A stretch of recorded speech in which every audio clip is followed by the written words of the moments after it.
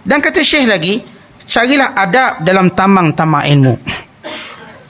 Maknanya tuan-tuan, bila kita duduk dalam majlis ilmu, sebelum cerita tuan-tuan nak ilmu, cari adab dia. Adab masuk, adab keluar, adab bersama guru, adab bersama buku, kitab, adab bersama kawan-kawan, adab majlis. Kalau tuan-tuan berjaya mematuhi adab, maka dapatlah mutiara ilmu. Kadang-kadang kita tengok saya ni dengan mengajar banyak, dah ilmu tak dapat, kerana kita menyalahi adab. Kalau kita duduk dengan segala adab, memberi hak dan memberi adab, maka kita dapati ilmu tu datang bukan sekadar apa yang kita belajar, bukan apa yang kita tak belajar pun Allah bagi. Ini sebut laduni. Ramai mana orang tuan-tuan duduk dalam majlis ilmu tapi dapat lebih pada kita. Padahal sama-sama 1 jam, sama-sama baca kitab ni, tapi dia dapat lebih pada orang lain. Kenapa dia dapat lebih? Allah beri dia laduni ni, apa yang dia tak belajar pun dia faham, kerana dia ada adab. Tuan-tuan, kalau tuan-tuan tengok orang alim hari ni, antara sebab utama adabnya guru dia. Dia cukup beradab dengan majlis ilmu. Sehingga dia tak berani, ya kita dah baca kisah Imam Syafi'i sebelum ini, nak belek kertas, tak berani nak minum air depan tok guru, tak berani. Kalau kita zaman sekarang nak jawab handset pun tak berani. Tapi kalau kita tak ada adab, jawab handset depan tok guru, balas mesej, akhirnya kita diharamkan dapat keberkatan ilmu. Kita mengganggu konsentrasi guru, kita mengganggu konsentrasi orang lain, maka ilmu kita pun Allah hilangkan keberkatan. Sebab tu tuan-tuan jaga adab. Sehingga ada sahabat saya seorang, kita tengah mengaji ni, belajar, handset dia pun bunyi. Kita dah belajar adab, memang kalau kita masuk pada ilmu, handset kita tak bunyi, vibrate pun tak, memang tak ada bunyi. Ada pun nyala-nyala kat dada kita je, terang bersulung macam tu. Jadi sahabat saya ni, dia dah lah tak vibrate, bunyi. Dijawab pula tu, saya kata habis dah jawab.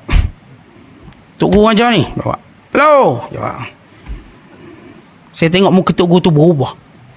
Kita jadi takut. Bukan kita buat salah, dia buat salah, kita takut. Kita kena ni. Dia terus cakap lagi. Akhirnya tuan-tuan, berlaku yang tak pernah guru kami buat, halau dia keluar. Saya tak pernah tengok guru saya segarang itu. Sebab tak pernah saya belajar dia kena halau. Tak pernah. Itulah kali pertama orang yang jawab telefon kena halau.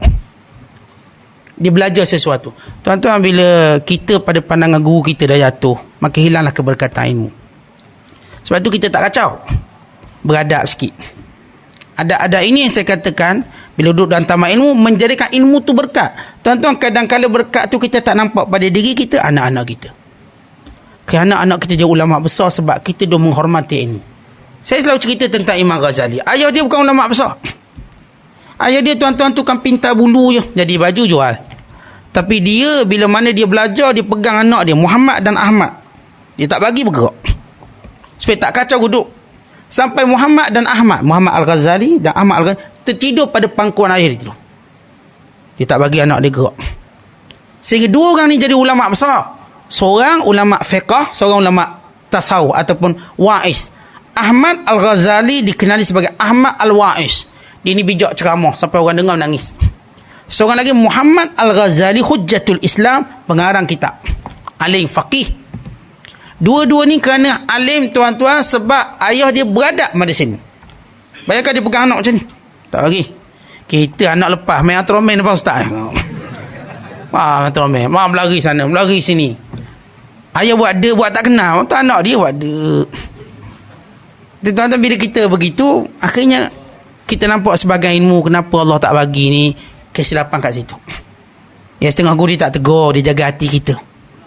Tetapi dalam masa yang sama, rugilah ilmu kita.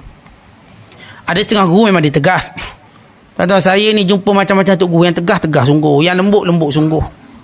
Bukan bila saya baca kitab betul, ada tok guru yang lembut. Al-Imam Ibn Qudamah, kalau budak-budak main, dia biar je main. Sehingga orang marah, Syekh, budak main. Alah, dia tu kan budak memang main, kalau kau budak pun kau main. Ada ulama lembut macam tu, ada ulama pula dia keras. Tuan-tuan, yang penting bila mana kita beradab, kita tengoklah kita punya mood tok guru kita tu, tara mana mood dia. Kalau style dia style tak kisah, tak apa. Kalau style dia cepat, dia ada syarat-syarat, tuan-tuan, kita patuh. Kita patuh sebab itu majlis dia. Ini taman ilmu dia. Untuk dapat keberkatan, kita ikut syarat dia. Sebagian syarat taklah susah sangat, cuma kita tak biasa. Bila tuan-tuan dah terbiasa, insya-Allah